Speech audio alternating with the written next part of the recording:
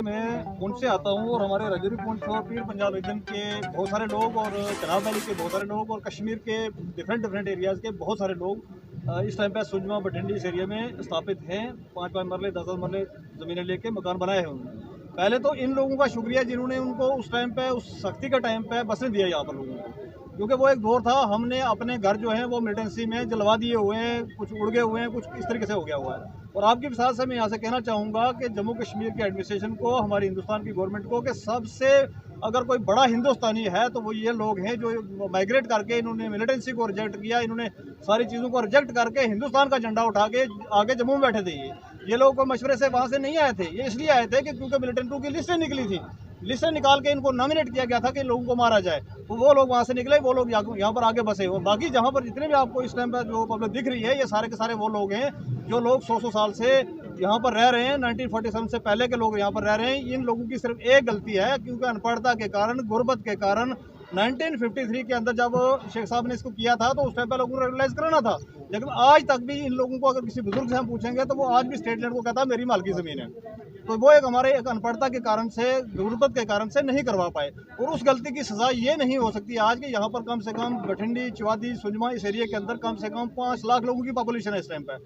इन 5 लाख लोगों को घर से बेघर कर दे सरकार, सिर्फ एक गलती की वजह से कि वो जानते नहीं थे इस काम को। तो ये बहुत ही नाजायज़ होगा। हम आपकी विसात से, एलजी एडमिनिस्ट्रेशन से, एलजी साहब से, यहाँ से होम मिनिस्टर साहब, क्योंकि इस टाइम जम्मू कश्मीर स्टेट जो हमारी है वो डायरेक्टली उनके अधीन में आती है, तो होम मिनिस्टर साहब से रिक्वेस्ट करते हैं, गुहार लगाते हैं कि जी इस तरीके का कोई ना किया जाए जिससे ये लोग दरबदर हो जाएं। आपकी विसात से हमें इतना ही कहना है। और दूसरी बात मैं यहाँ से बता दूँ कि अगर ऐसा किया गया कि भाई आपने कोई हमारी गुहार नहीं सुनी गई, तो फिर हमारी लाशों के ऊपर से आप मशीन लेके आना, फिर हमारे घर गिरा देना, उससे पहले नहीं गिराना देना। सर, जब तक एडमिनिस्ट्रेशन की तरफ से आपको कोई आश्वासन नहीं मिलेगा तो आप प्रोटेस्ट को लेकर क्या कहेंगे? देखिए, आश्वासन की एक चीज़ और बता देता हूँ मैं कि इनके आश्वासन पे हमें भरोसा नहीं है, क्योंकि इन्होंने आश्वासन दिया था 370 जाने के बाद कि भाई आपकी जब स्टेट ये हो जाएगी तो आपकी यहाँ पर प्रोग्रेस होगी।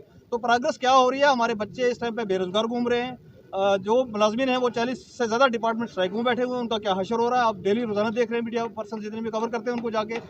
हमारे बच्चे जो जम्मू डिवीजन के, कश्मीर डिवीजन के अंदर पोस्टेड हुए थे, उनको आज तक ये इस तरीके की एक पॉलिसी नहीं ला सके जिनसे ट्रांसफर कराई जा सके। तो ऐसी गवर्नमेंट से, ऐसी एडमिनिस्ट्रेशन से हमें उम्मीद भी कम है कि भैया कोई इस तरीके का लेके आएंगे।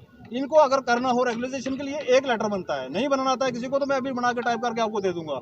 रेगुलेशन के लिए एक ऑर्डर बनाना है कि भाई अगर ज़्यादा कुछ करना चाहे गवर्नमेंट तो वो सर्कुलर रेट ले लेगी, इससे ज़्यादा तो कुछ नहीं ले सकती। तो सर्कुलर रेट पे जो भाई 5 मरले बैठा पैसे भरे, जो 10 कनाल पे बैठा पैसा भरे, तो बात खत्म हो जाती है। लेकिन वो ना करके सरकार कहती है हम गवर्नमेंट की ज़मीनें जो है खाली कराएंगे। तो मैं आपके साथ से पूछना चाहूँगा, अगर ज़मीनें खाली कराएंगे तो किसके लिए खाली कराएंगे? ये वो पक्के हिंदुस्तानी लोग हैं जो रजौरी पुंछ से आए हैं, ये वो पक्के लोग हैं जो चनाब वैली से आए हैं, ये वो पक्के लोग हैं जो कश्मीर से भाग के मिलिटेंसी को रिजेक्ट करके यहाँ पर आए हैं, और ये वो पक्के लोग हैं जिन्होंने 47 के अंदर अपने परिवार को, अपने बहुत सारे लोगों को खोया है और यहाँ पर आगे बैठे हैं। इनसे बड़ा हिंदुस्तानी तो मेरे को कोई नज़र नहीं आता है कि जिसको आप ला के यहाँ इन ज़मीनों में बैठाएंगे और इनको यहाँ से खदेड़ के कहाँ भेजेंगे, वो ज़रा सरकार हमें बता। है सरकार हमारी है, हम सरकार के हैं, इसलिए सरकार को चाहिए ऐसे फैसले नहीं लेने चाहिए जिससे लोगों को नुकसान हो। सरकार को हमेशा चाहिए लोगों को राहत देने के लिए, लोगों के उनको फैसले होनी चाहिए सरकार की तरफ से। अगर हमें ये रकबा को सरकार का था तो उस वक्त सरकार ने हमें मना करना चाहिए था। जिस वक्त ये आबादी जहाँ पे लोग बसे यहाँ पे, तो सरकार ने, किसी ने हमें मना नहीं किया, किसी ने नहीं रोका। उसका मकसद ये था कि ये हमारी ज़मीन मलकीत है, हमें मलकीत बना के इस पर बैठाया गया है। सरकार ने हमें रोडें दी, सरकार ने हमें पानी दिया, सरकार ने हमें बिजली दी और हर तरह की सहूलियत जो है सरकार ने हमें जहाँ दी। और आज फिर हमें नोटिस आने शुरू हुए, इसलिए हम सरकार से अपील करना चाहते हैं कि लोगों को नहीं छेड़ा जाए। जहाँ जहाँ पर लोग रह रहे हैं, बजाय छेड़ने के, जैसे आपने बाकी कॉलोनी जम्मू शहर के अंदर रेगुलाइज की हैं, वो हमें भी रेगुलाइज किया जाए, ताकि हमारे जो लोग हैं, जहाँ के लोग जी अमन से रह सकें। सारी कॉलोनियाँ आपने रेगुलाइज की हैं और बहुत सारी जम्मू में ज़मीन है जो वो नज़ूल की है। नज़ूल होती है सरकार की ज़मीन। नज़ूल उसको इसलिए कहा जाता है, हमारे आम लोगों को पता नहीं है। नज़ूल इसलिए उसको कहा जाता है कि वो म्यूनसिपलिटी हदूद के अंदर होती है, इसलिए उसको वो नज़ूल में आ जाती है। तो आज ये हमारी जो ज़मीन है ये भी नज़ूल के अंदर है, क्योंकि यहाँ भी म्यूनसिपल कॉरपोरेशन का कारपोरेटर है। अगर सरकार ने यहाँ म्यूनसिपल इलेक्शन करवाई है, पंचायती इलेक्शनें करवा रही है, हमें रोड दी है, बिजली दिया है, पानी दिया है, हर चीज़ सरकार ने हमें दी है, तो फिर हम आज आप सरकार हमें कहेगी या हम आपके मकान तोड़ देंगे जी, आप यहाँ से निकल जाओ, तो ये तो कोई अच्छी बात है नहीं है।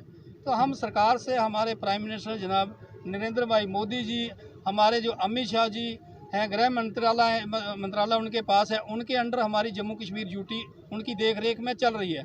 हम उनसे ये गुजारिश करते हैं कि हमें भी रुगलाइज किया जाए। मैंने कल वहाँ 2 टोक में बात की है कि जो सरकार इस टाइम हमारा हाथ पकड़ेगी, हम लोग भी उस सरकार का हाथ पकड़ने के लिए तैयार हैं। ये क्लियर बात करी है हमने। तो आज भी हम ये मीडिया के माध्यम से यही बात करते हैं कि हमें रुगलाइज किया जाए और इस दलदल से निकाला जाए।